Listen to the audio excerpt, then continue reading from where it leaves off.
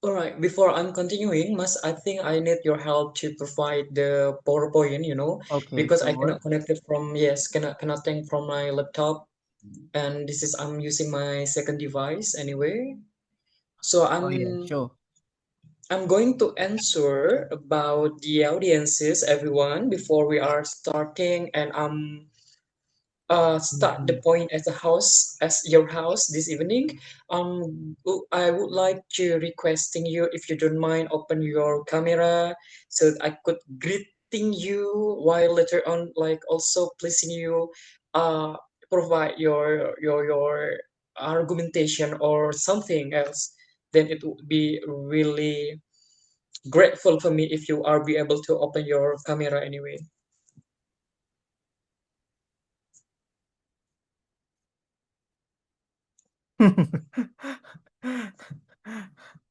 I think they left us, but that's okay. Everyone will start to join later on, All Brill. right.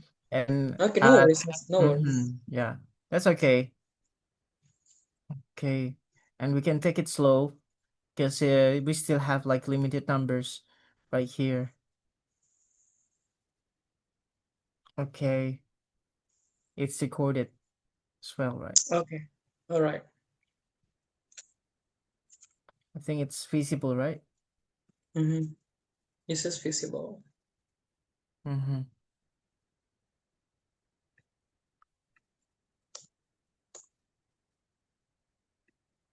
Okay, Yes. you may start, by the way. Mm-hmm.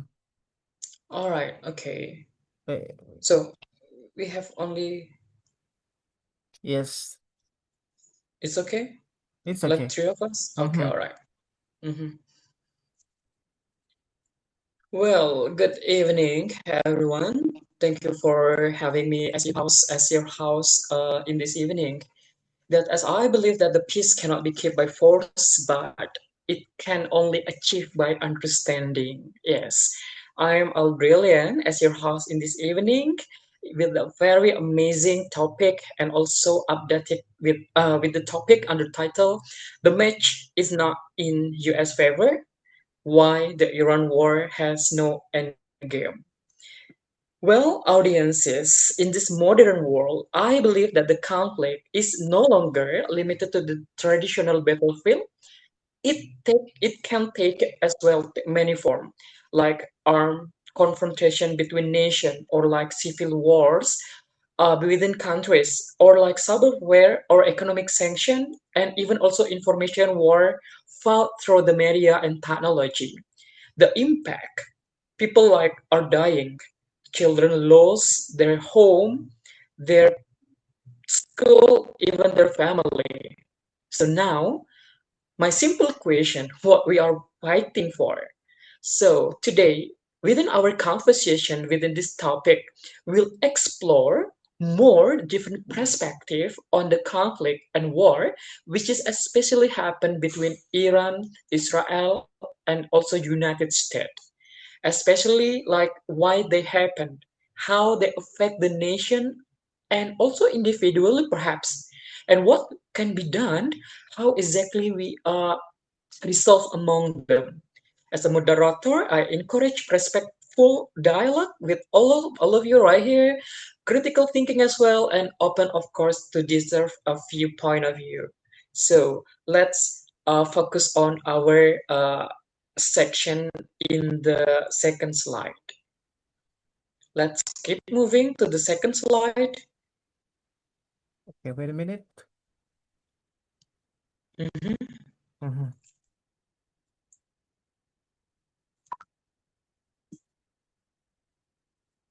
All right. Mm-hmm. Okay. Okay, I think this is still first slide. All right. Okay.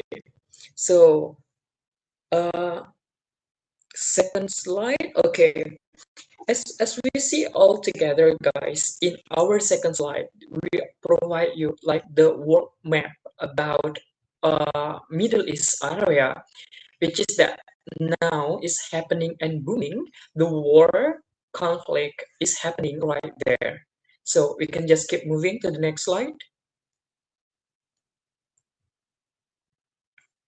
Okay, the chronology very simple. I believe that most of you are already complete to learn and also understand how and what exactly happening between Iran, Israel, and also US. And now I'm going to try to requesting and also asking very basic principle question that I'm going to point some of you. And yeah, again, uh, you are guys be welcome to deliver for any kind of point of view or side of your opinion. So let's keep moving to the next slide.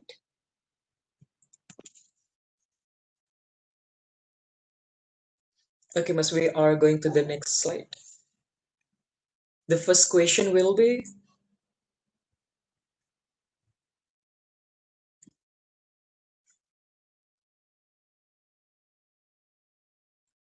okay, so we are moving around to the next slide, Masuni.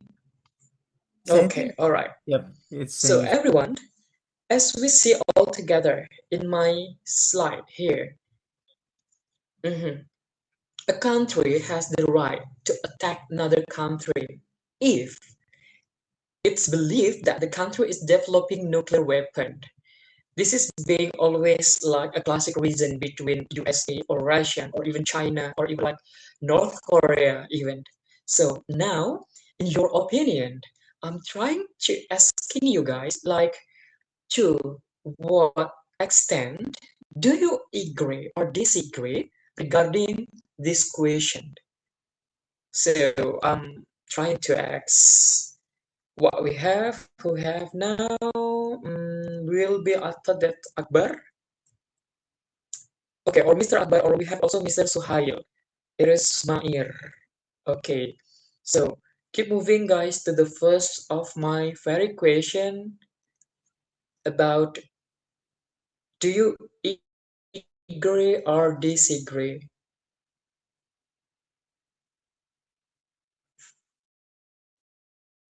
Yes, perfect.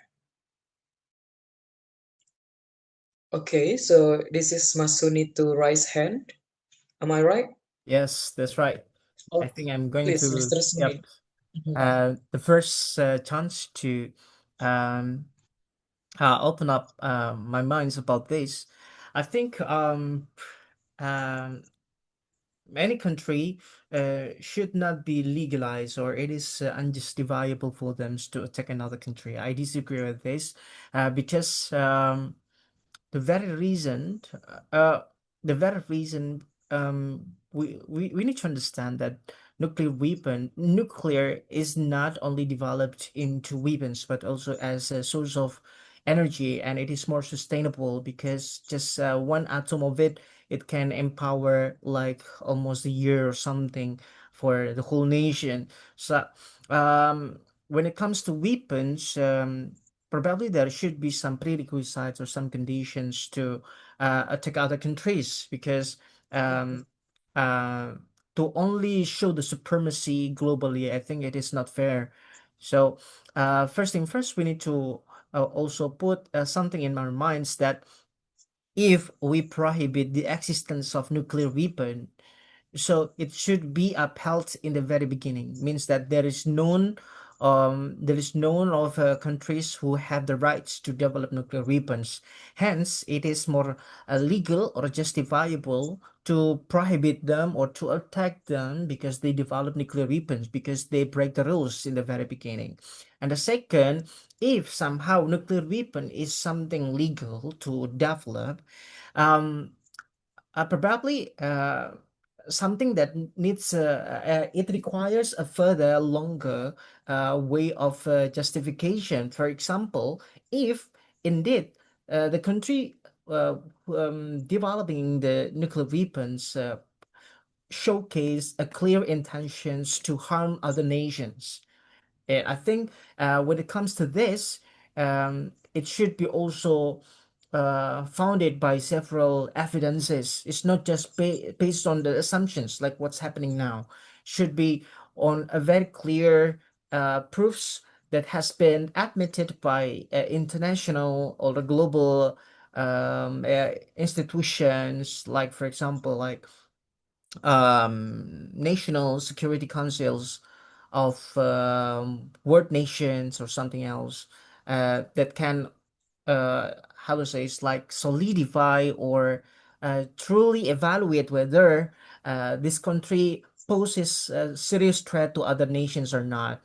So based on these two assumptions, I think the answer is in the very first place would be disagreeing with this because we need to again criticize systematically on the evidences as well as the proof whether or not it's totally posing the threats toward other because to also understand this when it is legal for every country to build their own nuclear weapons sites yeah, to improve.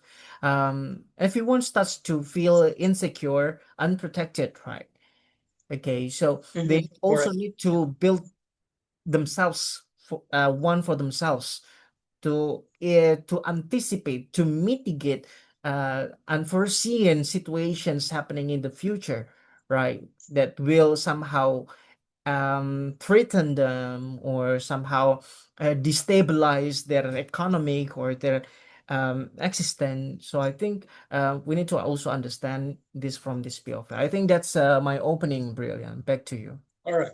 Very interesting point of view, but this is I could like underline two points like more sustainable energy and also nuclear as a legal, right? But my simple question like how exactly you can ensure that the nuclear is which is being sustainable energy in your country is will not affected of kind of militarily or like conflict between among your neighborhood concerned. How do you exactly be able to do this within this diplomacy? This is going to be a very interesting question for me.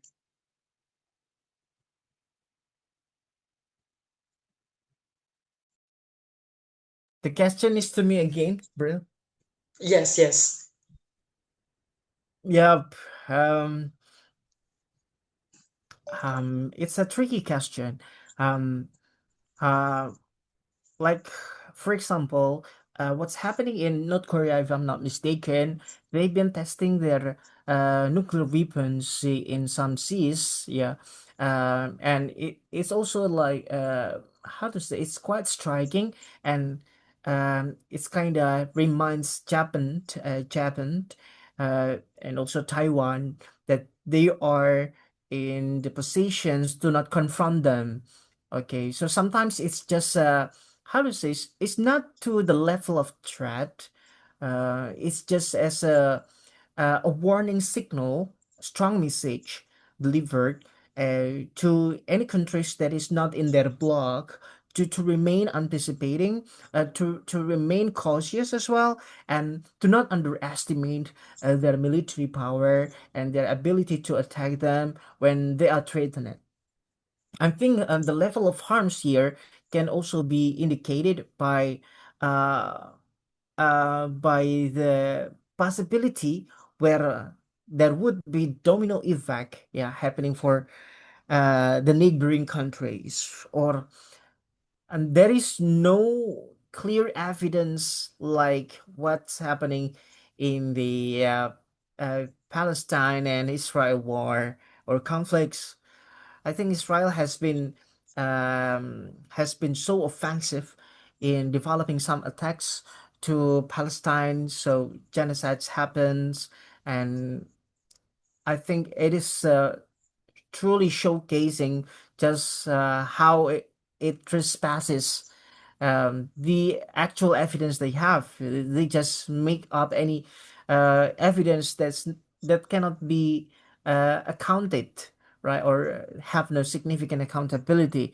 And it is therefore, I think the global citizens should also, but they did criticize what happens, what has been done by Israel toward Palestine. But again, the global power is not united under one flag, and it becomes even harder to move spiritedly to support Palestine, even if it should be sustainable too.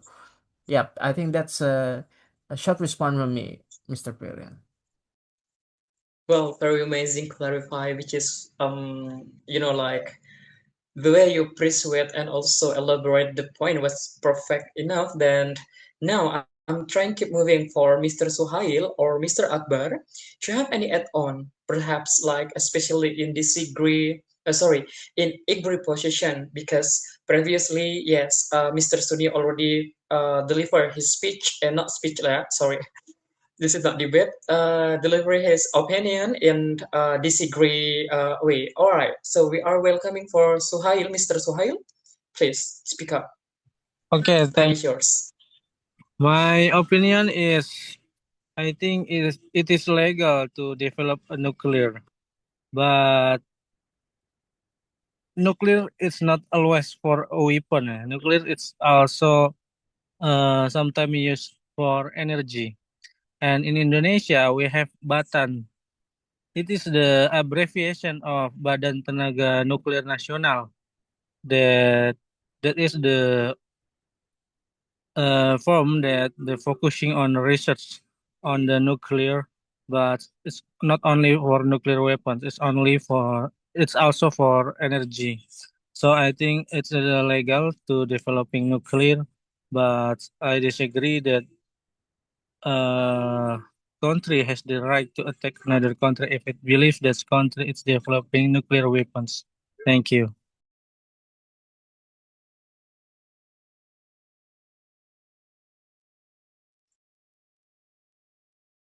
Well, I think that was also kind of an idea from another perspective, yeah. As I want to know from Mr. Suhail, could you little bit give me an example, like how exactly this kind of nuclear technology or developing of nuclear could be able to, implementing in the developing country? So could you just give us an example? For example, in Japan, nuclear it's used very well. It can add on very very high beneficiary for the energy of the company and etc. So I think nuclear is good for some reason. I think I agree if nuclear is also developed in Indonesia with some regulation. So All I right. think could be Mhm. a good idea. If you watch the Oppenheimer film, the maker of the atomic bomb is disappointed that nuclear is used for the bomb.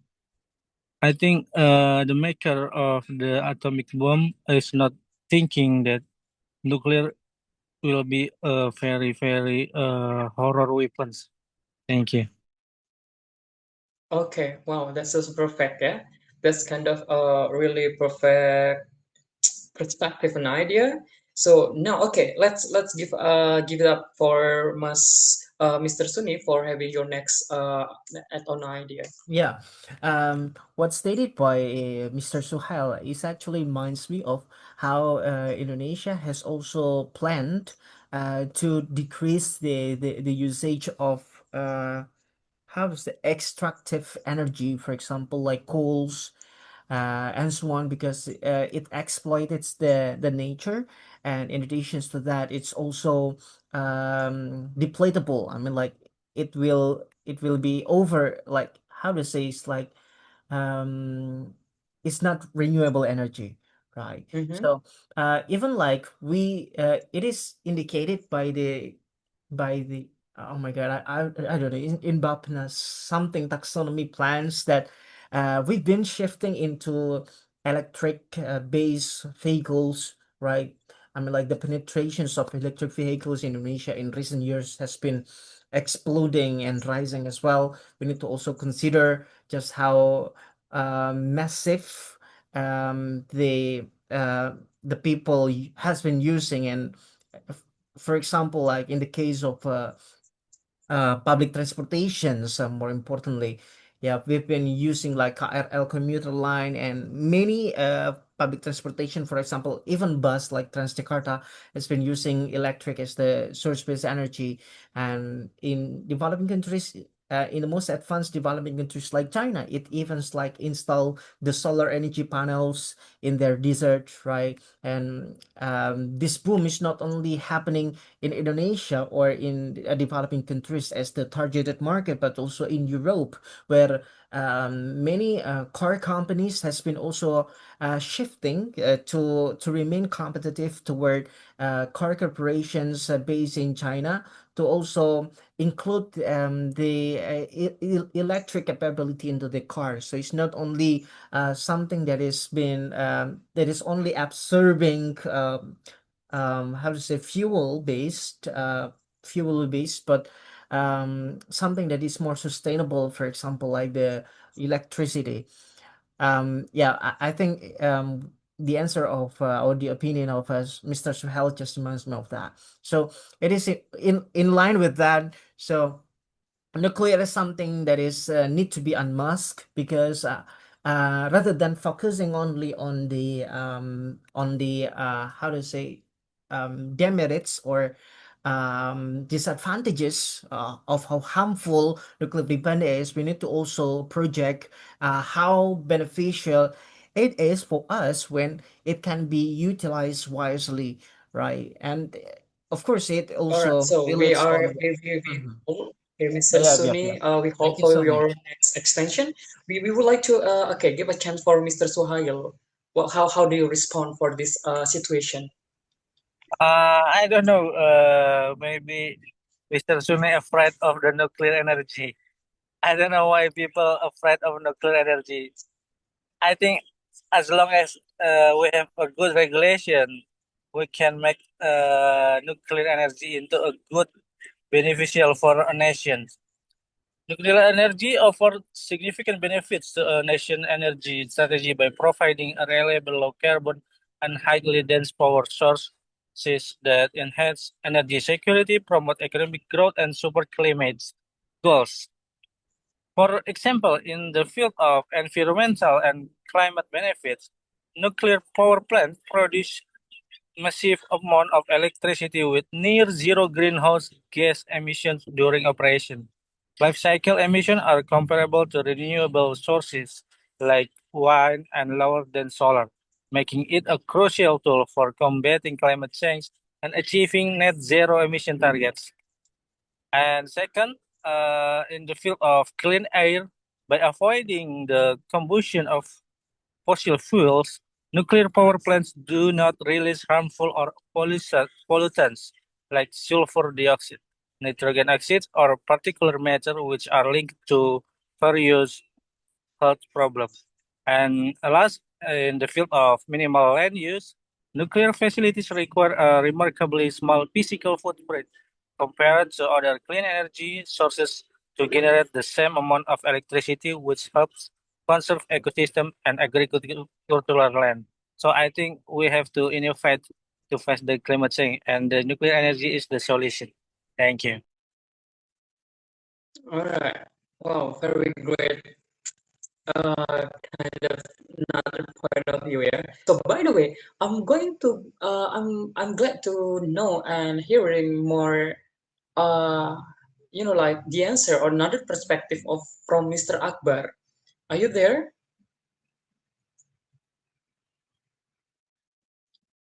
Hello, Akbar, Mr. Akbar. Well, I think he's not around. Okay. Okay. He's be able to unmute. Yes, sir. Can you perhaps like, yes, could you please perhaps like add on the idea between like agree or disagree that a country has right to attack another country if it's believed that the country is developing nuclear weapons that we already discussed with some points before.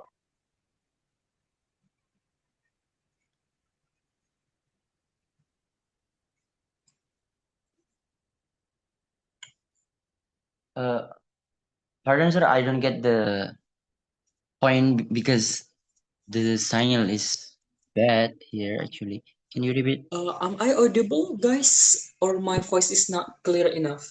Oh, okay. Okay, so Akbar, you can see also the slide, yeah, because we already presenting for our audiences. that very simple question. A country has a right to attack another country if it's believed that country is developing nuclear weapon. Or the simple way, Okay. like, do you do you agree or disagree if developing country is making a nuclear technology, for example?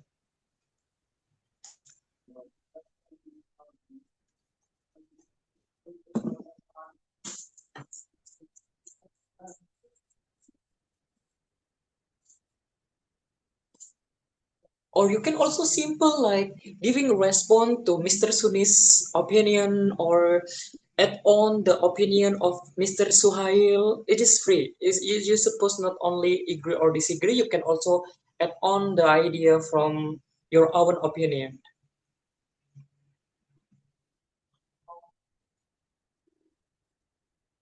Okay.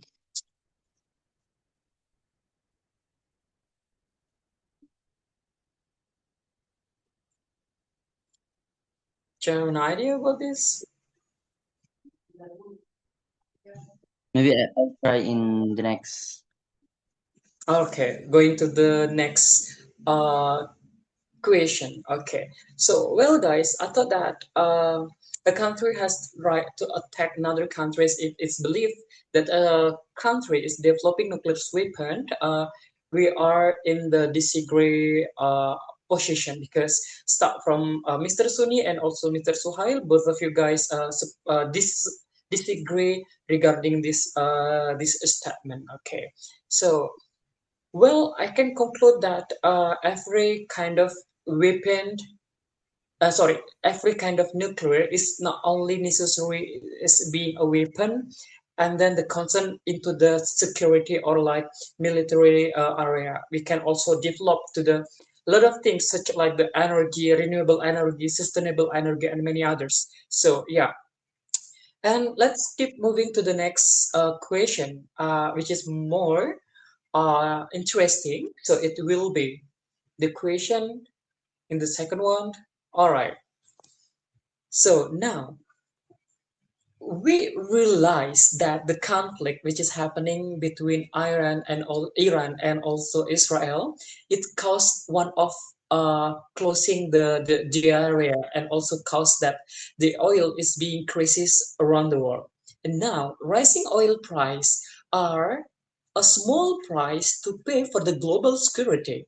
So now the question very simple. Do you agree or disagree regarding this statement? That raising oil price are small price to pay for the global security, and please explain why.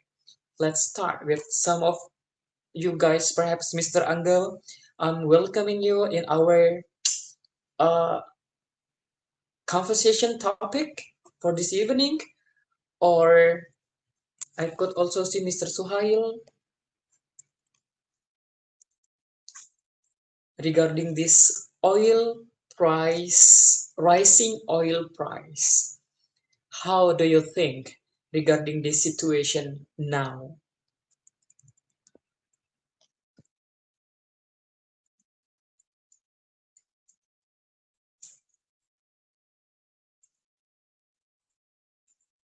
But anyway, guys, you can just like easy to find still pertamax or pertalite in your area, is it? I think Mr. Suhel raised hand. Okay, all right. Mr. Suhail, please, your Okay. chance now.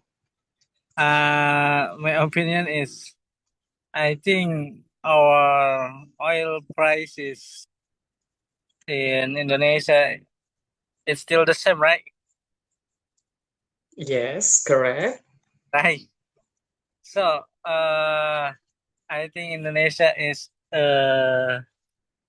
very very santai, very santai, very enjoy Okay.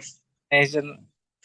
And if we compare to other Asian countries, they are anticipating the world war with the work from home, uh, work from home policy and another policy. but Indonesia is still, yeah, just enjoy it. And the oil prices in Indonesia is still the same, not rising. So I think, is it this war is not affecting the Indonesian economy or not? I still confused about that. Thank you. All right, perfect. No worries. So, no, we are trying to listen and also like trying to attractive more with another perspective point of view. Perhaps Mr. Akbar or Mr. Mikhail or Mr. Angga, you want to add on some reasons why you supposed to be agree or disagree? Hello. Okay. Going to try, Mr. Akbar or Mr. Angga? Yes. Am I audible? Okay, all right. Yeah, yeah. So here. All right. First of all, thank you so much for sharing this discussion with this timely topic and relevant as well. Because this has been discussed a lot recently by the media, and many people are worried and concerned about what's happening in West Asia, or what's so-called the Middle East. Well, in response to your question, I personally disagree with the statement stated here. Uh, but please allow me to go back a little bit to your previous question, because I just saw it when I joined. So first of all, I disagree with any war, because when the war happens, it is the civil society, it is the working class, it is the lower class citizens who suffer the most out of the war.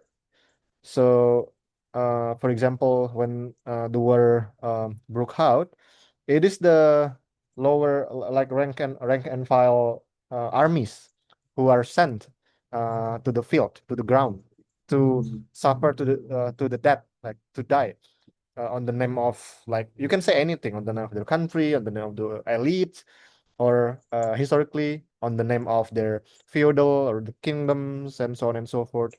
So yeah, it is always the working class, the lower class people who suffer the most out of the war. Now, um, go back to your question about the oil price. So it is the consequence, right, of the war. One of them, aside from people being dead, um, the prices of, like, our daily needs tend to increase due to the statement that you mentioned here. Well, when we're talking about oil prices, when the price goes up, it could lead to, it it it has like many consequences. It could lead to higher prices of our daily needs, like food, and then even clothes, because they need to have they require higher prices to transport uh, the stuff that you need. So again, it is the people, it is the citizens, it is the working class people who suffer the most. That's why I would say that I disagree with this, because rising oil prices are not a small price to pay for the global security. It's a big price, because the working class people would experience uh, like higher hurdles in their life.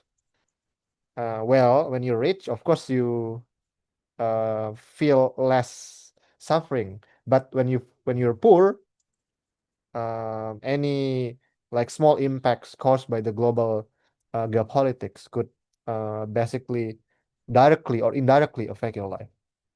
That's my statement. Thank you so much, Mr. Moderator. Back to you.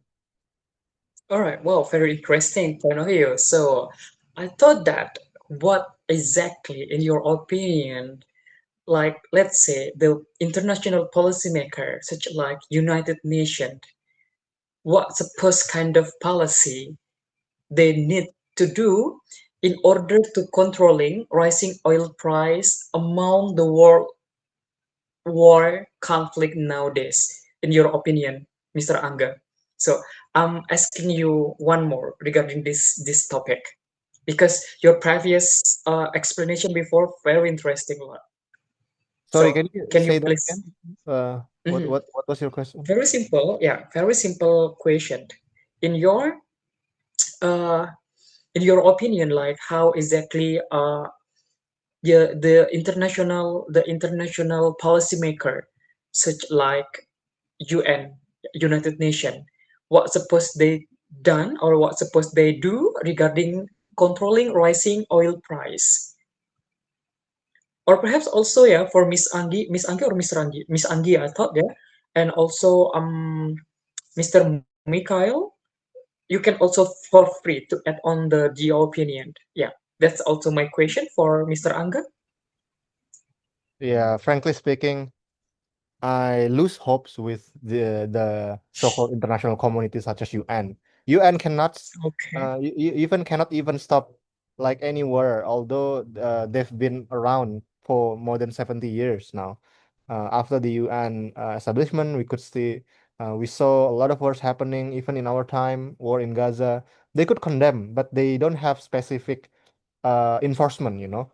They just condemn, they just give statements, but there's no consequences if the parties don't follow the rules or the condemnation conducted by the UN. That's why it is the states, it is the people who have the responsibilities to end and to stop the like negative consequences um, caused by the war. For example, in terms of oil, because we are talking about oil, right? I think any country should diversify their resources because when you use oil, you're very dependent because only few countries in the world that have resources that are rich in natural resources such as oil. So I would say that the countries should, yeah, in terms of energy security, for example, utilize their own sustainable or renewable energy sources, which are abundant, such as solar power, or wind or hydro, so that you could minimize in the future the impact of like global shocks caused, for example, by the war. So that's one of All the right. issues I Okay. think that So we we need to can just tackle. hold at the moment. Okay. So we are trying to listen from the Mikhail. Yep. Thank you. Back to you. Thank you, Mr. Ranga. So we will try to listen for Mr. Mikhail's point of view. Please. Thank you so much for Mr. Brilliant. Yeah, based on my assumptions regarding to what happened today, I suppose that uh, it giving a big impact regarding to the access of the oil itself to the several countries like Indonesia. And this kind of the thing remind us also to build a kind of the prepare infrastructure if this always happens in every single situation is like war and others. Based on data nowadays, Indonesia only have a storage approximately 338 million barrels, yeah, to save their crude oil. It means, yeah, it's like what happens or the information that been given by Mr. Balila Hadalia before. So we only have 24 days, yeah, uh, to save the crude oil in our countries. So it means if we cannot import the oil, means it'll be a big disaster to our countries. While our countries has a neat 1.6 millions, yeah, per barrel per days. So regarding to the data that I give to you all before, we have in the dangerous energy securities is like what we are doing until now that make we only have 38 millions barrel that we can save in our storage. So uh, so it's related also with the several assumptions by people or by researchers that Indonesia has a big mafia behind that. It's like they only want to be imported the oil. So the conclusion about what I say today, if we don't have a war we have a war today, we only in the dangerous situations. Could you imagine when the price of the oil increase, yeah, we cannot buy much oil that can be saved in our storage because we only have a limited capacity to save our crude oil. When uh yeah, when the oil high and be more expensive, it will impact our societies. When the oil going to going to cheaper, so it will give uh, not significant impact also to our countries. So what I said today is the answer is storage for the crude oil, yeah, to make us ready about the energy securities in the several years later. And adding the opinions that has been given by Mr. Anga before, yes, I do agree that we need to use a kind of diversity of the energy itself. It's not only using the crude oil or oil. One of them is biodiesel. So we can have many palm oils. So it will give a kind of case also right now. We need many palm oils. I repeat, we only need palm oil, yeah, to create that biodiesel itself, to decrease, yeah, the use of the crude oil itself, yeah, from the fossil and others. If once again, if we cannot use the renewable energies that we assume nowadays is so freaking expensive, yeah. So it's kind of the solutions that I can give regarding to adding the opinion of Mr. Anga before. Thank you.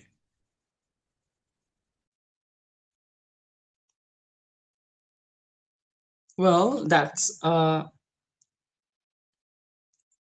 well, that's a great opinion for your add-on. So no, I'm trying to listen from Poltergeist, yeah, Poltergeist perhaps, or from Miss Angie or Mr. Akbar. Could you perhaps like add on the idea regarding this rising oil price as a small price to pay for the global security? Okay, sir. All right, Should a I start? solution creating another problem. Nice one. Okay. All right, so don't worry, guys. So keep your power and more fabulous question. So perhaps we can just like click and moving to the next round. Uh, Brill, I think Akbar trying to convey his opinion. So Masuni, I think we can just next to the What about Akbar? I think opinion. I think Mr. Mikhail and also Mr. Angga mm-hmm. having some like opinion, like Okay. yeah,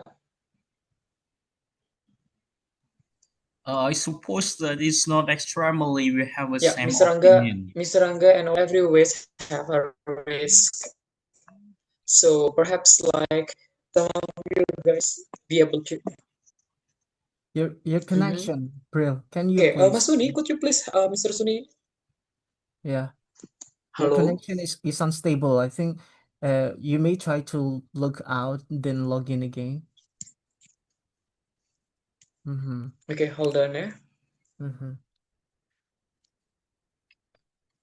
In the meantime, while waiting for Brill to take over, what about Akbar? You want to say your opinion on this? Okay, sir. Thank you for having me for Mm-hmm. the time.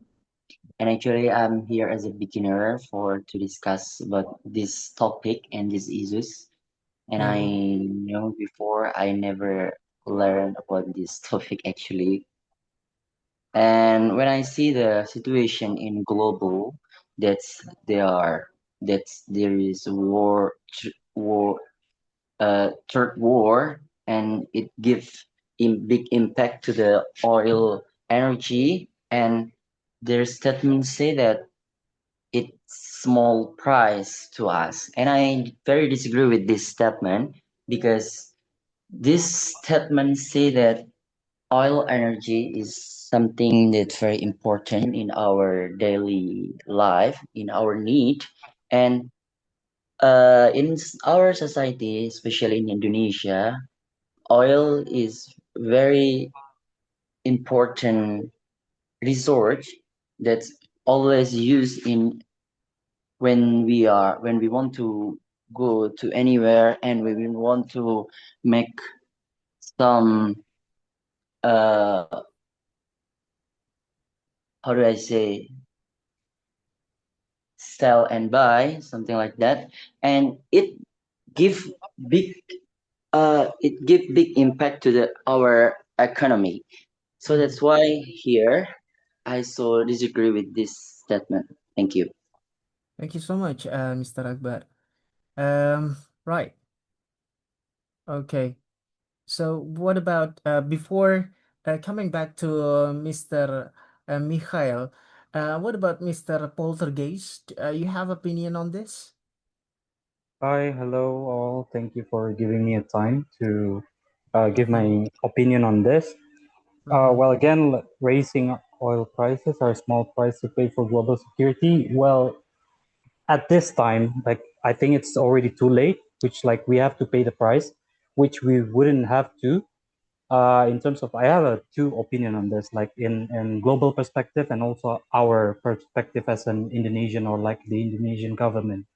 I Mm-hmm. think globally, this is a failure of a global governmental decision because we just let this thing happen. This is not just like the new thing because the war in the past, like I'm not saying that it's the world war, but basically the war in Iraq, in Syria, in Ukraine was basically more or less an oil-based war, right? What I mean is like it's either oil resource or like oil in Ukraine it was I think oil transport system.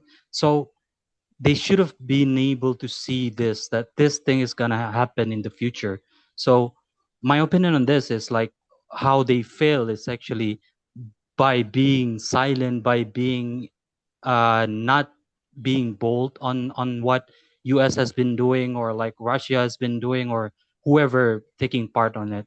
So this is the pay that I mean this is the price that we have to pay because like they failed on making decision and being bold about it. Well, that's globally, but while for the our local government, I think it's kind of good because like otherwise, Indonesia would have to rely on other countries. If we lose our oil reserve or like we don't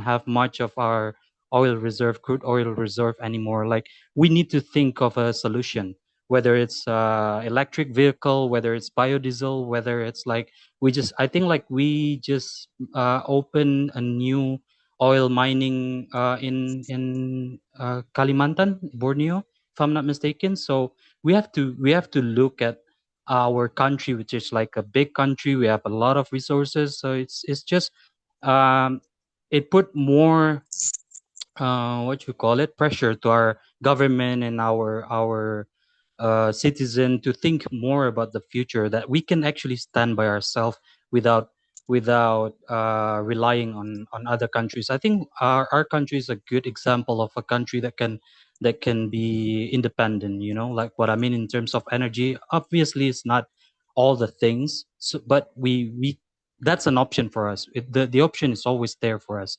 so it's just depend on us whether we want to maximize the use of either it's biodiesel, electricity. Like we know, like most of our electricity now is using coal by what is it, like PLTU, something like that. I don't know. Yeah, basically we're using coal, but we have a lot of natural energy like gas and other things to make or hydropower plant, which we can plan on in the sea with the waves and so on and so on. So we have to see that option more and more and become more independent as a nation. Yeah, I think that's one of my opinion. Thank you. So much, Poltergeist. That's a brilliant POV. Responding to that, I think Mr. Mikhail would like to further So, expanding. Mr. Yep, Sunny, and back to you again, to I'm Mr. Brilliant. trying to test my voice. Am I audible enough Mm-hmm. now? Am I visible? Still masih Kind of putus-putus. stuttering. Yeah. Yeah, stuttering. Okay, so all good now, yeah? My connection?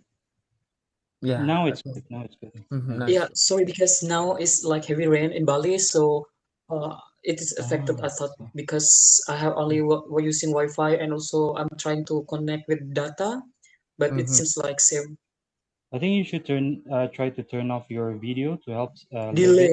Yeah. Yeah. So my voice is like Oh, kind of delay or what, guys? no, it's okay. Stuttering, delay, sometimes it's lost a little bit, Mm-hmm. but Mm-hmm. okay. Go ahead. After all. Okay. All right. You Okay. can return leading the discussion, Mr. Brilliant. Back to you. Sure. So now, please, we are keep moving one step forward to the next question. That You don't will be want to to the give next slide. you don't want to give It chance is to more Mr. interesting Mikhail? I think question. he raised his hand before. Sorry, sorry. Okay. I think Mr. Mikhail, please, you Oh are yeah. welcome to deliver your opinion. Yeah, following to the suggestions of Mr. Poltergeist, Mr. Brilliance, I suggest you to turn off your video to make yeah, your voice can be audible. Oh, who, me? Like, I think like No, I no, did. no, Mr. Brilliant. Okay. Oh, I see, I see. Okay. Okay, well, thank you. Friends, there are two things that can be produced with the kind of this war. And I would like to take the simple analogies why and how this war is created. The first point is weapon, and the second point is oil. With the taking simply analogies, I can say in Indonesia, one of them is between Indomart and also Alfamart. You can see between Alfamart and Indomart, yeah, they are trying to face that show that they have a big rivals and competitors. Yeah, and it's also same between the West and the East, Russia and also the United States of America that they applied with the world today.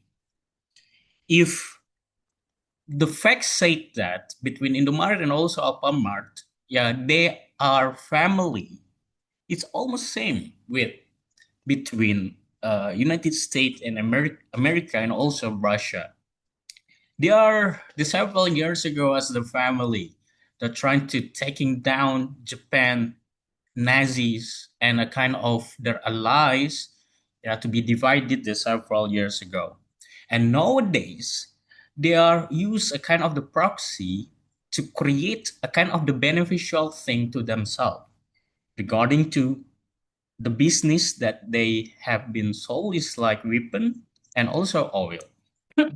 If weapon, for example, today Russia has sent the new innovations of their Rudal, how to say that, missiles, yeah, their missiles to Irans that can be used by Irans to attack Israel in the situations. Yeah, to at least to try. Yeah, the missiles that has been invented by them by this year. Yeah, only for testing only. So it means there are the beneficial thing behind that. And also it also same with the United States of America. They trying to sell or getting kind of the beneficial from the weapon that they are sent to Israel. So means there is profit and also there is a margin, yeah, that they can be grabbed from that war itself. Yeah, is for weapon related to the points that have been mentioned also right now. Russia and also United States of America, yeah, is one of the players for um, the oil energies.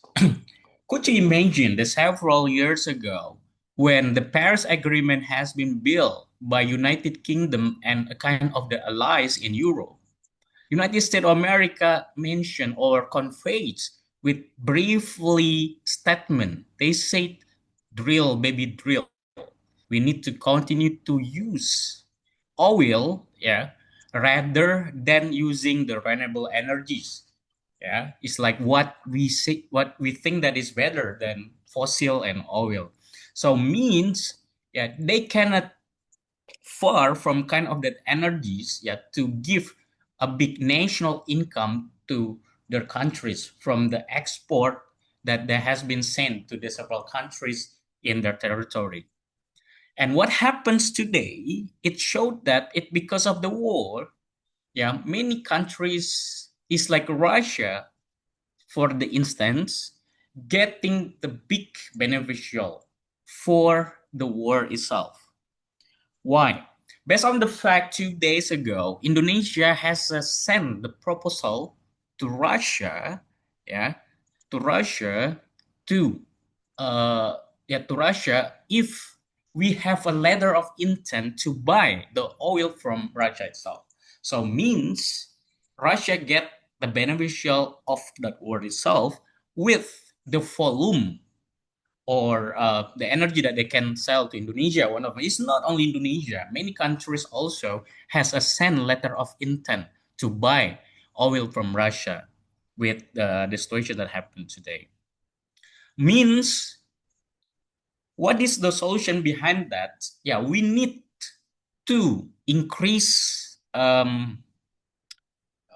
to say that, we need to increase the productions in our countries, trying to be avoided from the import of oil. Yeah, trying to be avoided by the import of oil. Yeah, to make Indonesia be independent with their energies. Yeah, to make them will be stronger with their energy securities.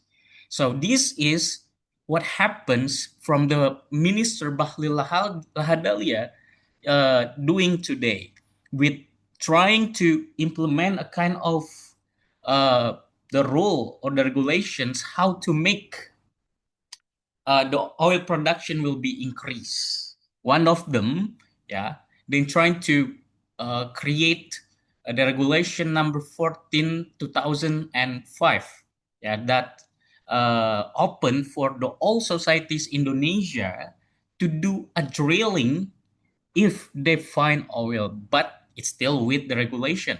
It's like they need to follow the rule, they need to follow the environment regulation and others. So this what our countries Indonesia are trying to do to make us independent with this energy. So when this production is increased, we don't be dependent, we will not dependent uh, with other countries if the war happens in the following the years, because we have the energy security and we are independent with that energy sector itself. So this is my assumption. Thank you. Hello, Bray. Are you there? Okay. So everyone, it seems like Brilliant contacted me that he has a leak out there. I don't know until when, but until then, I will be standing as the one to pick up this discussion. Thank you so much for the perspective and also sort of further explanations from Mr. Mikhail regarding this. I mean, like, it's really and necessary. I mean, like, it's totally open to our eyes and our minds right now how important it is to remain secured when it comes to not only energy but also food, importantly. Yep. We still got a very interesting questions to that.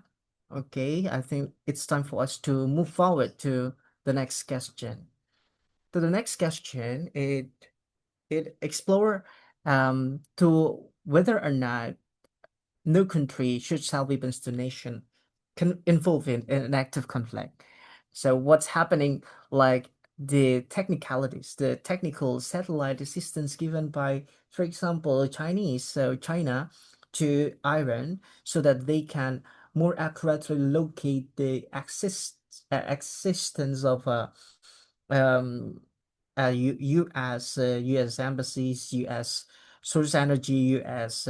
Data centers, and so on and so forth, as well as how Russia helped Iran's in some situation or in some positions. For example, like I don't know how they also, if I'm not mistaken, also export some cheap drones. Yeah, apart from how Iran actually can also manufacture them by themselves. So to what extent do you guys agree or disagree? Should no country sell weapons to nations involved in an active conflict? Okay, anyone would like to say something on this? Mr. Ranga, maybe?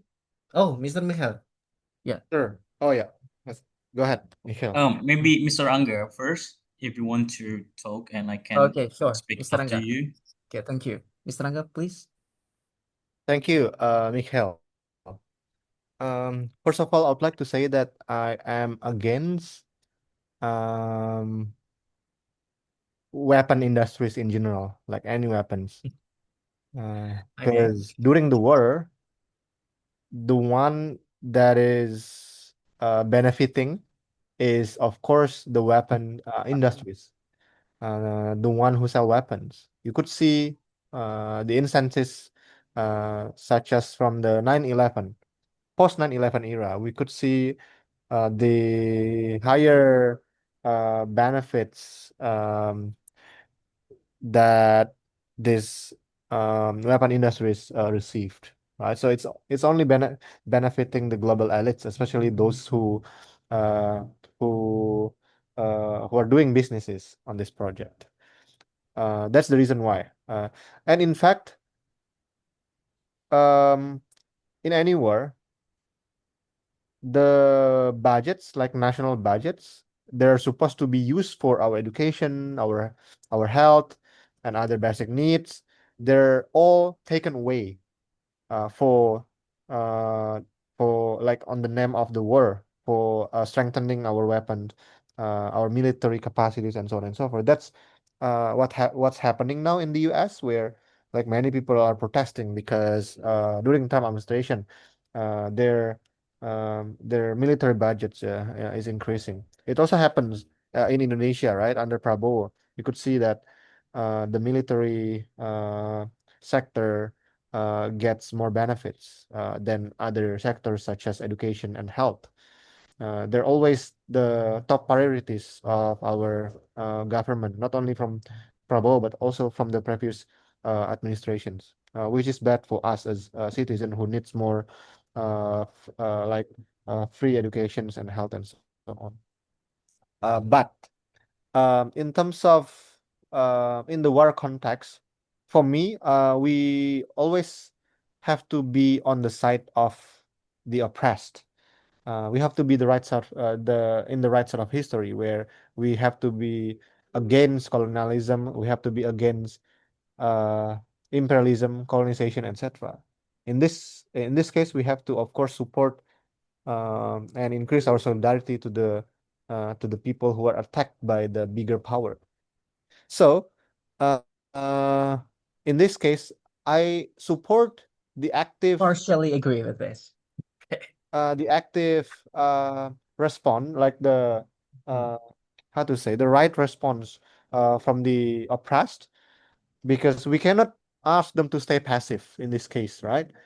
Um, if we stay active, the big ones would always like bully us. So yeah, that's the case. That's Mhm. the reason. For me at least, to be a pro of sending weapons. But for me, this is not the right, or the right way to end the war. For me, to end the war, it should be pushed by like global solidarity, that push or demands our government to stop the war.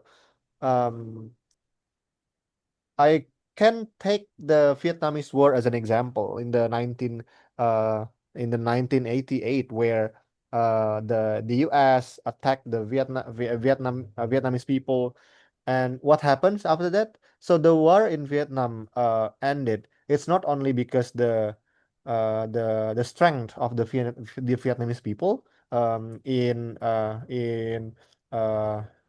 how to say, defending their nations, but it's also a push by global solidarity that were spreading across Europe, and also the US, because they didn't want their families to be sent to the war overseas, because like many family lost their kids, lost their sons due to their elites, right? So yeah, I think that's the thing that we have to do. So in Indonesia context, when our government wants to, for example, involve in the war that is not connected to us, we have to be against it.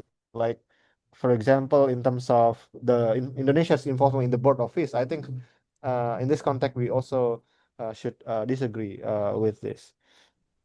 Yeah, I think that's my statement for this question. Back Okay. to you, Mhm. Mr. Host. Thank you. Okay. Thank you so much for the opinion, Mr. Anga. So I'd like to deduce it very shortly. It should be prohibited unless it is to support the oppressed one. Okay, to equalize the neutrality, the power imbalance with the one who have the greater power. Okay, to yep. So to Mr. Michael, the floor is yours. You agree with this, or you have a different POV? Yeah, I'd like to back when I meet with the Prime Minister of Japan Mm-hmm. that spoke in the Legislative Assembly 1 year ago. He Mm-hmm. said that, and he trying to give a big story on how Japan was bombed by the United States of America the several years ago. Yeah, with that situation and conditions, yeah, it showed because there is a big and small countries that has been branded in this world. So right now we do know who is the big countries and who is the small countries, on how people can stop a kind of the eagerness and also desire of the big country itself. It's like what happened nowadays. United States of America still trying to send the weapons to Israel. It because why? It because they are big countries and they have a big desire to win the territorial in the east of the Europe between Ukraine and also Russia. So this is the reasons that they still send and also sell their weapons to Ukraine. So means there is no one can stop the United States of America, yeah, to do what they want, to do what their desires to conquer this world today.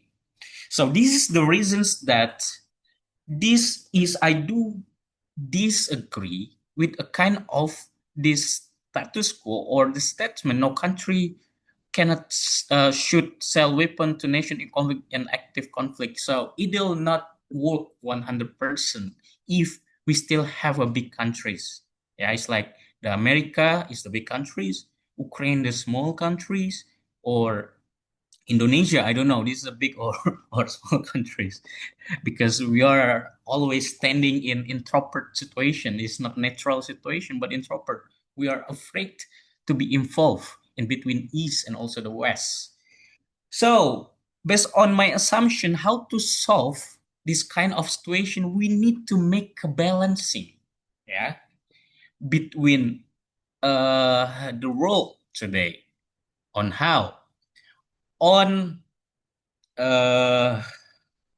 yeah, we need a countries can compete United States of America nowadays. Either this is Russia or Iran itself. Yeah, to make United States of America be afraid to do a kind of the thing that they want. The last but it's not least, based on my assumption, what happens nowadays, yeah, we need to create one destiny, one responsibility, and also one humanity to make a balancing for this piece of world. Thank you. Okay, so thank you so much for the perspective, Mr. Mikhail. So again, it solidifies the necessity toward collective actions, collective awareness, or what's been stated by Mr. Ranga before, global. How to say again? Yeah, global solidarity. Okay, so we need another power. We need to help empowering another nation, another country expected to go rival toes to toes with the U.S. as the advanced country now. Okay, probably we need to send some supports to China. Okay, what about the other two? Oh, okay. Okay, before coming to Mr. Ang, I'd like to give opportunity to Mr. Suhal. You have some comments on this or no yet?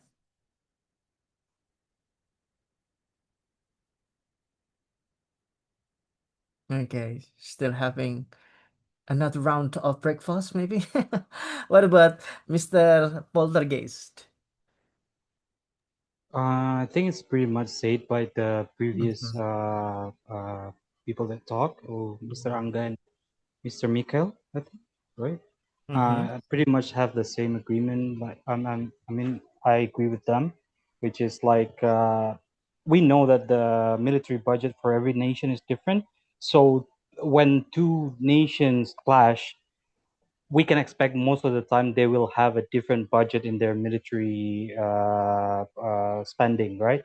So to have them to expect them to have a equal fight is already almost impossible. So that's one. And then the second one is like most of the time nowadays, like invasion to another country is mostly driven by an agenda, whether it's like resources or like lands or whatever it is.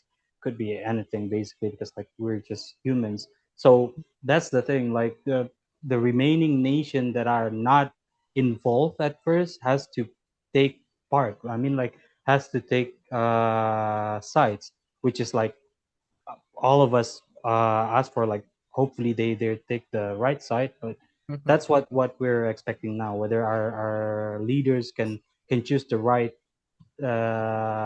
side to support basically. Yeah. mhm, mhm. Yeah, Oh that's yeah, pretty. thank you for the Mm-hmm. comment. So Yep. yep, Pleasure. to remain open active to any sites, okay, to Ah. remain neutral, yeah, it will exercise our freedoms to join with sites that can provide more benefits for us. I think that's kind of a really good idea. Thank you, Mm. Mr. Poltergeist. Yep, um my pleasure. yeah, yeah, to Mr. Ranga, what you want to say again? Yes, thanks. I'm just trying to clarify what I mean by global solidarity, because it seems Mm-hmm. that somebody is trying to negate this statement. Uh, So when I'm talking about the global solidarity, I think it's not only applicable, but it's needed and it should be done by a lot of people globally. And in fact, it's been done by many people, many activists, anti-war movements globally. For example, what happens in Australia, where when there were Israeli ships planning to go to Gaza and to send weapons to the Israelis, and many people there blocked the ships, so that the ship were not able to sail. That's the example, and it also happens in Italy last year and in the U.S. and many instances. In fact, it's been done in the Indonesian context in the 1946. I suggest everyone to watch on YouTube, like Indonesian Calling. It's where activists in Australia, and some of them were Indonesians who were expelled there. So they gathered, they organized rallies to block Dutch ships carrying weapons to attack Indonesian's independence movements. And it succeeded because a lot of them were stopped and could not go or sail to Indonesia to attack us. So yeah, that's the like positive examples, historically speaking, when we are talking about solidarity, global solidarity that succeeded. I think that should also be implemented in our time. It's always right. Yep, yep, yep. Okay, thank you for the confirmation, Mr. Anga. It reminds me, again, to what has been done by the Hezbollah, the proxies of Iran, like Shia Houthi in the Yemen, as well as what again is the Hezbollah is in the proxy in the Lebanon. I forgot another one, another proxies, not from the Egypt, definitely. Jordan. Yeah, yeah, he's from Jordan.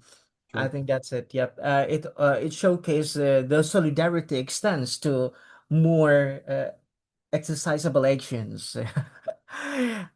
Because True. so far, probably what has been narrated or amplified by Spain on how it reviews is um um the request of from the USA to provide um some basis, yeah, to more strategically attack the Iran, because it Mhm. will how to say, cut closer toward the exact locations of the hitting targets, right? Okay, thank you so much everyone for the responses. That's really terrific. Let's move on to another interesting questions we have. So it would be about the assassinating of the country leaders. Okay, so it remains mystery, and it's always very fun to predict whether or not the leader symbolizes the true natures of stability toward a nation. Okay, while something happening toward Maduro, the leaders of Venezuela, another thing happening for Khomeini, the supreme leader, the supreme imam for Iran people. Well, like what happened, like what has been happening in all um, war conflicts happening in this Middle East. It's like Gaddafi in Libya or Saddam Hussein in Iraq. Uh, they've been killed, and it increases the volatility, the rejections, the um, people chaos. So, what's your take on this? Do you think whatever whenever we have a conflict, we need to target the leader so that we can end it quickly and it remains the most effective solutions to end the war faster? Or do you think it's just creating unbearable conflict or chaos, and or this is actually the expected output of the war itself? Okay. So I think we can start from Mr. Suhel. What do you think about this? What's your take on this, Mr. Suhel?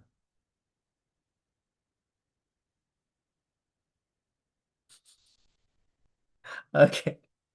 Is that so how is still reciting Holy Quran, I think.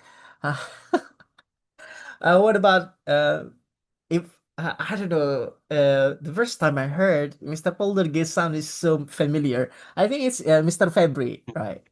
No, no, no, no. My name Oh, is not library. It's okay. poltergeist. I rarely join, but like I'm always in the group, so I've seen. So anytime I Okay. have a time to join, I'll join them. But Okay. anyway, Okay. Okay. Okay. So mm, your take on this, please, kindly.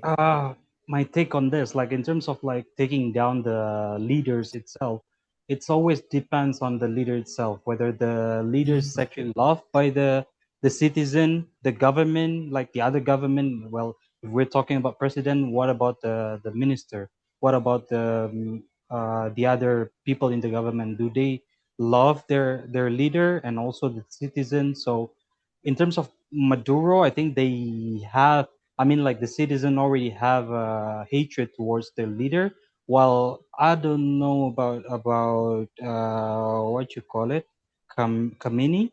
Like How many? a lot of media says that the citizen in Iran, citizen Iranian basically hates him also. But from what we see so far, I mean, they're continuing to attack Israel, especially like Israel is not very favorite of what you call it parties or sites, especially in the world, especially in the Middle East. So I think that's easier to continue what Khamenei was doing before, because like they were they were they were having a clash against Israel, which is like I think like most of people in the world, or even in especially in the Middle East, hates Israel anyway. So I think it's easier to continue what he did before he was assassinated compared to Mhm. now. And the other thing is like the ones doing it, which is like USA. We know that Gaddafi and like the other leaders that has been taken down by Mhm. the US, most of the time what's comes after that is not always good, or like mostly bad, which is we know like what happened in Iraq after I don't know, Saddam Hussein or Mhm. Gaddafi died. Like it's Iraq is not. Oh, of course, like U.S. always says that they're gonna take down the leaders and it's gonna be like democratic countries, a good nation, which is not Mhm. happening. So that's gonna become like people realize. So if we're gonna go with the U.S. way of doing things, then we're not gonna be like a good nation in the future. So I think like the citizen or like the Iranian people knows that. So if we're gonna follow US, it's not gonna end up badly for us. So instead of doing that, they were just doing what Kamini doing before. I don't know what's the latest what you call it. Update. I think like update on the press conference on the PM Iranian PM, Mhm. or like the new leaders. I skip on that, so I'm not sure about that what he said about it. But what I know, like they still throwing missiles to Israel, so that's basically it. Yeah. So Mhm. that's all for me. Mhm. Okay. Okay. Thank you so much for the comment. Yep. I do agree in a way that I don't know. It's been a trend that is built consecutively by the U.S. with the same narrations, nuclear weapon, something. True, But true. basically, it always conceal the true purpose of the conflicts to happen to exist in the very beginning. Okay, thank you so Basically. much, Hmm. Mr. Poltergeist. So, Yeah. mhm. Yeah. From the POV of Russia, what do you think about this, Mr. Mikhail? Do you think when the president of Russia, Putin, is assassinated, the world becomes better, or the Russia-Ukraine war is going to end very faster, or what? What's your take on this, Mr. Mikhail? Yeah. Based on the historical that has been happened nowadays, never United States of America can win this kind of the war with us as the Russian Federations. It almost seems with it's like what happened today in Iran when their supreme leader was killed by other counterpart or other countries like United States of America, there will be more anger and offensive, yeah, to what to attack back um, their opposition's countries like United States of America, because it will create a revenge, yeah, between countries and other countries. There are two things that will happen. The first, it will look down the countries, or the second, it will give a fire to the country itself. If your countries is this is a kind of the small countries that cannot have big power to attack back your enemies, yeah, you will be stop everything, and you will be afraid with everything because your supreme leader was is killed in the situation. So it happens in Libya, it happens in Egypt, it happens in Iraq, it happens in several countries that small. So if you ask me regarding to the perspective of Russian Federation in the situations, relate to the history, the fact of history until now, yeah, Russian is always ready. Yeah, if the war will start it some days. If you Mm-hmm. know Moscow, for example, Moscow is the new capital city of Russian Federations. Yeah, it's like what happens in Indonesia nowadays. They're trying to create IKN. Long time ago, Russia created a Moscow, yeah, to to prepare the nuclear war or the next war in the future. Mm-hmm. If you can see in Moscow, we have seven building system that will be the Iron Dome. Yeah, if the missiles comes to our capital city. So if you go to Moscow, you can see the seventh highest building in Moscow that it will be the Iron Domes that will help us someday to get a war. And the second, there is at the seven lakes that was created also by the government of Russia several years ago, because we do believe if someday there is a war, people or enemies will start from the water. So if the one lake was polluted by them, we have the sick rest of the lake. And the last but not least, we have the city of underground that will save our population or our society if in the future we have war. So this is the reason that we have a metro, yeah, underground rail.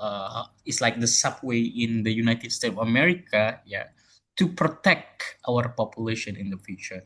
So this is the reasons that every country should be ready, yeah, should be ready, willy nilly they should be ready. So I do give the appreciate also to the Mr. of Prabowo Subianto. Yeah, they give a kind of what big money, yeah, to prepare the countries from the enemies also in the future. It's like right now they have a big eagerness to buy.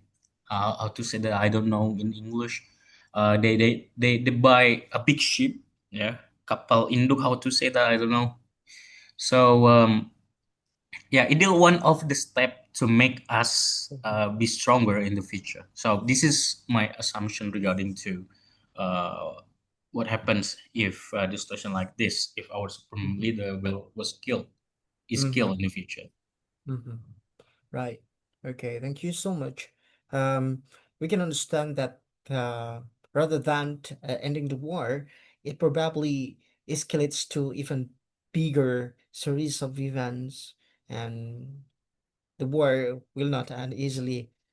Well, probably like what has been commented by Mr. Suhal in the group, uh, like how they stop the World War II just by dropping the nuclear bomb in Japan, where they become helpless, like totally powerless on how to respond that because it's so massively harmful existence, right? Okay. Okay, so probably we need to again recalculate whether or not assassinating country leader is the most effective solution. Right. Thank you so much for the response. Everyone, we still have an interesting question. Let's move on to the next one.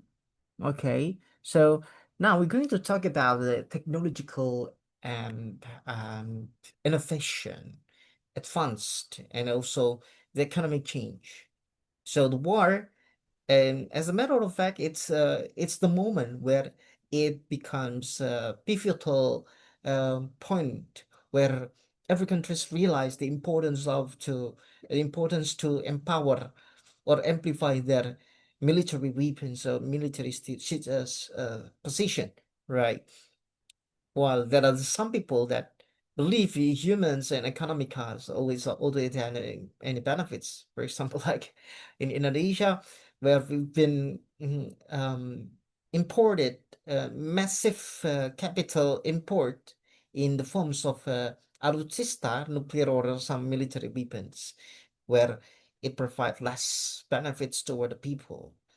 Okay, so which sides do you agree the most and why? What's your take on this? Mr. Ranga, maybe?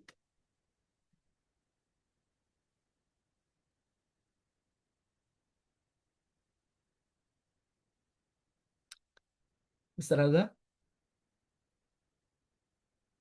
Are you there?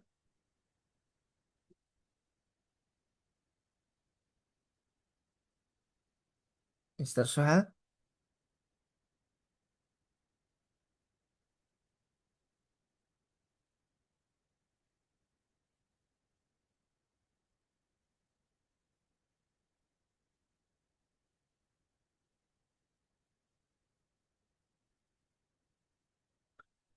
Okay. Mr. Mikhail, floor is yours.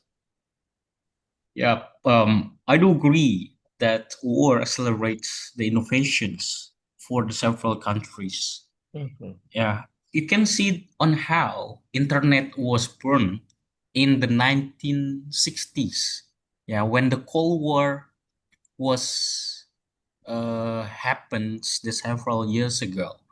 There is one of the big military project from the United States of America that called by ARPANET, yeah, that have a big purpose to create the decentralizations of the communications between soldier and also the commando, yeah, in that situations. And also what else? It's like GPS also, yeah. GPS also was created in the Cold War, uh, in the 1960s also, GPS or global positioning system, yeah. So it was happen it because the encourage of the big innovations that force the United States of America to create this, because they have missiles, they have nuclear and others that need the GPS or the navigation of the military itself to succeed. Their missiles can attack another countries too in the situations. And also the several years ago also it's like what happens between Russia and also uh, United States of America also is like Oppenheimer. Yeah, I suppose that Oppenheimer was born in the situation, uh, in the war between a Nazi and Japan versus the United States of America and their allies in the situation. So Oppenheimer created the nuclear weapon also to attack the Japan in the situation. It because of the innovation also from the nuclear, yeah, that use for military, yeah, will create the nuclear for electricity. Yeah, so it means there is the beneficial because of the war itself. Yeah, uh, that makes United States of America and also Russia has a strong capacity for the electrical uh, what how to say that the electric lah. So means in the situations, yeah, there is the benefit, yeah, that motivates several countries to grow with a kind of their innovations. It because of what? It because of war. Thank you. Okay, yep. Thank you so much. So you stand with the positions that the war, regardless of the economic impact, it's somehow a momentum for the countries to better or to improve the quality and the quantity of their weaponry. Thank you so much, Mr. Mikhail. Back to Mr. Anga. What's your opinion on this? Yeah, thank you. First of all, I'm an anti-war kind of person, so I'm against any types of wars or violence against humanity and so on and so on and so forth. Although, yeah, we have to acknowledge that some inventions historically were invented by industrial complex, military, and war, like the surveillance system that is used in many countries at the moment. They were tested by the Israelis to the Palestinian people to oversee to oversee to control peoples basically of the oppressed people. So yeah, it could lead to the intentions, but again, the the intentions of it is not appropriate. Yeah, we have to acknowledge that we now live in a system where our productions, inventions, and anything they're all created as long as it's beneficial for the elites, for those who own means of production, for those who own the capital. Uh, no, the intention is not appropriate at all, Mr. Sunshine, for because the weapons are meant to use for killings, right? Um, Right. so yeah, that's the reason why we have this kind of thing. But I believe that there is another form of production where any innovations and technologies are used or created for the betterment of the society, like the health, for example. However, this always hampered by the like military industries. Let me take the US as an example.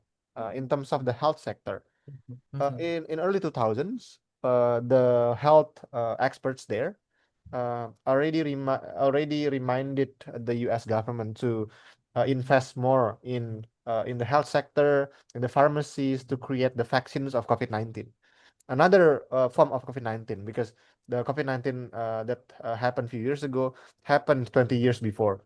And then after, I think it's called SAR. I forgot the exact name, but after that, the epidemic, the expert, including Dr. Fauci, already reminded the U.S. government to invest and the industries to invest more in the health sector. However, they rejected because they thought that it's not beneficial for them. So instead of investing in the health sector, in the pharmacy, they'd rather invest their money to the to the weapons industries, because it was when the world was hit by the 9/11, you know, Mhm. the Yep, war yep. again, the war on terror, that was propagated by the US, right? Mhm. So One that's Bin the reason Laden. why uh, the vaccine of COVID-19 was created and established 1 year and more after the virus was found in China, right? So remember, the virus was found in early 2020 in China, and then the vaccine was found in last or early 2021. It was quite long because the like many people were already passed away, already died because of it, because of the vaccines who was very late to be found. Well, that's the reason, because our industries, our willingness to produce technologies and innovations are are meant to create profits. In this case, the weapon. So yeah, I think Mhm. we should see it, and we should push to change our motives of production. That is only benefiting the few. Mhm. Thank Mhm. you. Right, right, right. So, yep, yep. Whenever the conflict happens, we need to like playing chess. We need to analyze and evaluate which stakeholder benefit the most from this action. Right. Okay. I think it's been quite famous that the U.S. itself has been recognized so well in their, how to say, supremacy in the weapon industry, leading the world leading country in this field is the U.S. One of them, right? Okay, so remains of us. We can just move on to the last slide. Right, this one, the last slide. Opinion for Mr. Indre and Mr. Mikhail. What's your take on this? So the rest only three of us, yeah. Yeah. So we do a bookbird right now, yeah. It's not book.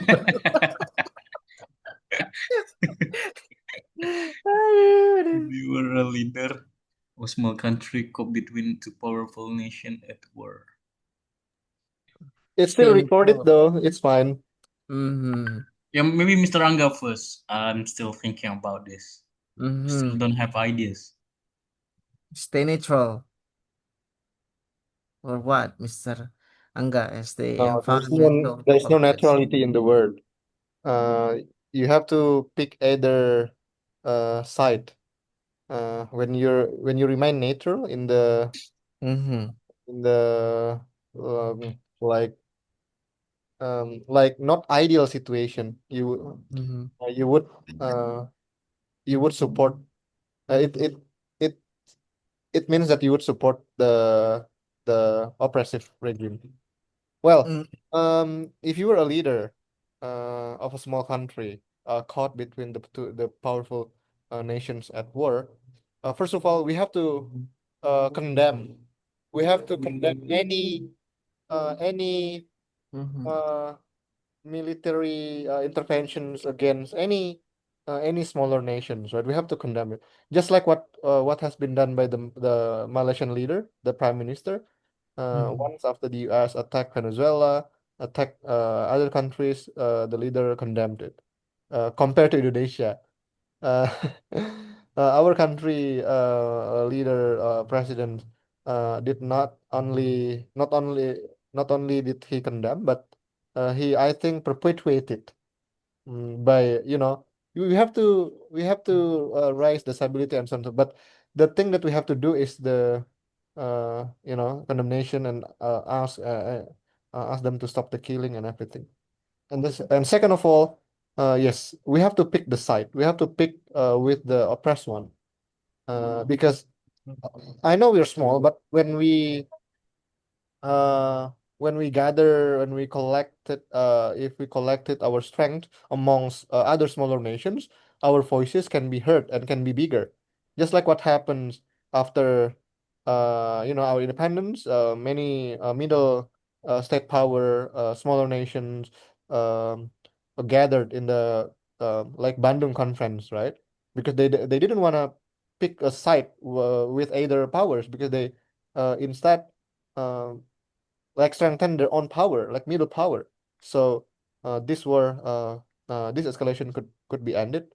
I think Mm-hmm. that's some of the examples and reasons that we have to choose if we are Mm-hmm. a smaller nations. Oh, yes, we are small, but our voices, if collected, if gathered, Okay, are okay. even bigger, because we are in the right side of history.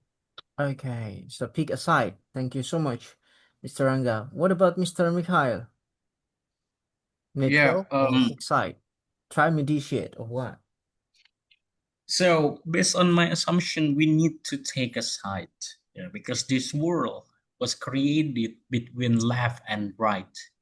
In the center, I suppose that it will try to put us in the negative side only.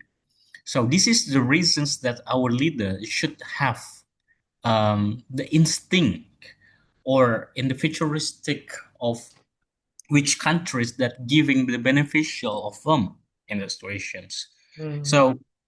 So if we only trying to be a stand as the non-aligned policies is like bebas active that is mentioned by our founding father, I suppose that it'll make us doesn't take a role and position in the global uh, uh, politic situation. So this is the reasons that I prefer to take a side, and we need the leader that have a big instinct to choose between and the left and also the right side in the situations. Yeah, Right. it's my assumption. Okay. And with that in mind, Mr. Prabowo picked the Western side instead of condemning, yeah, they pick a side to a side that is beneficial for them, for him, right? If if the ultimate consideration is the profits, then of course, even if it's wrong, he chose what he chose, right? Yeah, I think Mr. Prabowo right now is doing a drunk. Yeah, he don't know which object that they will take in the situations. He Mm-hmm. always says that Palestine's there is no a kind of the offering that make the Palestine will be free and also get a peace. But you can see on how today's they are or he is standing in the sides of people that killing people in the Palestine itself. So Exactly. there is a paradox between the objective of our president nowadays. So this is the reasons that we are as the country needs to give a kind of the clearly objective to our presidents, because this is Mm-hmm. not the mistake the person only, but we as the society we have a big uh, that also to realize our innocent president. Mm-hmm. Yeah. Trying to be diplomatic, eh? Mm-hmm. Look Okay. who is holding the letter there on the screen. Yeah, I don't know. There are two things that in my in my read that what on how Mr. Prabowo doing like that. The first, Donald Trump give a big appreciation to Mr. Prabowo it because of what he did in the United Nations that created a kind of the board of peace. Is the first, yeah, is the positive thing that coming from our mind. And the second thing is Donald Trump shows that you are nothing. You only become our servants. Yeah, you cannot do a big more in this situation. So yeah, in the behind that we don't know. But I do hope in the first statement that show our president nowadays in the eyes of the Donald Trump himself. Mm-hmm. Okay, thank you so much. Mr. Suhel, to close, just right before we close, you have any opinion on this? So it's better for Indonesia to remain neutral or pick a side or try to mediate? I think I'm more pessimistic Indonesia could be uh, either to uh, deal with two nations between USA and Iran because Mm-hmm. Indonesia is not at the same level. So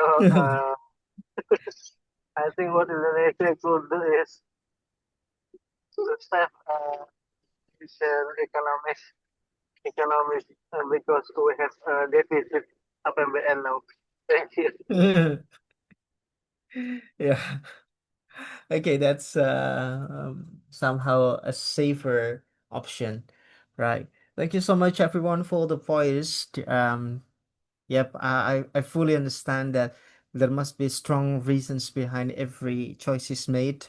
But again, um, what has been stated by Mr. Michael in regards to paradox, where we become policymakers, I think I fully understand that it is not about paradoxical, the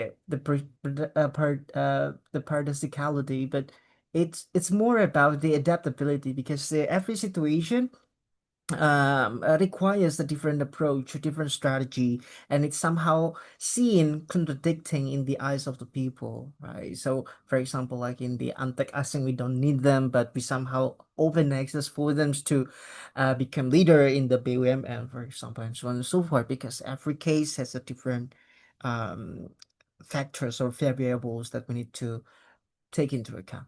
I think that's the deductions of our long discussion. Thank you so much for being here until almost at the end of the discussion. I truly appreciate it on behalf of the moderator as well because of the blackout. He couldn't be with us until the end of the discussion. And thank you so much. We look forward to having you again in our weekly OTA discussions, of course, after the week of Idul Fitri holidays or yep. So it will be exactly on 29th of the March. Again, before closing, we would like to say minal aidin wal faizin, mohon maaf lahir dan batin. Thank you so much for being the auto members. Have been so regular with the discussion and reaching our perspectives nationally and globally. And before closing, we would like to invite you to open your camera so that we can take pictures together. Sorry, I cannot turn on my camera because I'm Thank you for the confirmation, Mr. Suhail. All right. Okay. So I'm going to first we're going with this slide, and afterward we're going to close this slide. Okay. Let me count on the count of three. One, two, three.